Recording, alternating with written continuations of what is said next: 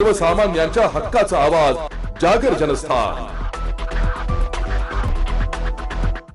कजगाव तालुका भडगाव येथील कजगाव पारोळा रस्त्यावरील श्री चक्रधर स्वामी रेल्वे उड्डाण पुलावर मोठे खड्डे पडल्याने वाहन चालवणे अवघड झाले आहे व मोठ्या प्रमाणात अपघाताचे प्रमाण वाढले असल्याने वाहनधारकांनी तीव्र संताप व्यक्त केला आहे।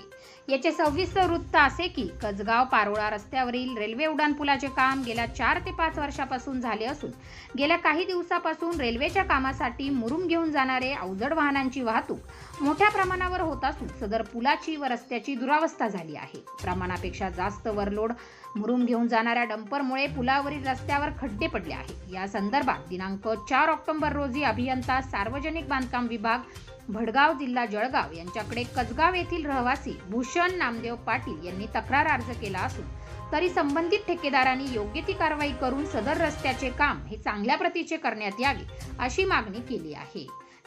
अहो 2 वर्ष झाले, अजून पूल 2 वर्षच झाले पूल बनवायला, तोपर्यंत या पुलाची दुरावस्था बघा किती आहे।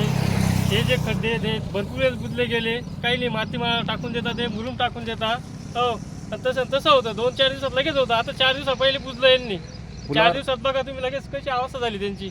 आणि वाहन येतं, मोठं वाहन येतं, धाकल्या वाहनाला काहीच दिसत नाही, तसं काही ठोकायला करतो आपण। फुटा बघा तुम्ही लागल्या सर किती येतं, इथं खडी पडलेली खडी आहे। तुम्ही रस्ता बघा कसा येतं, काय अवस्था आहे रस्त्याची।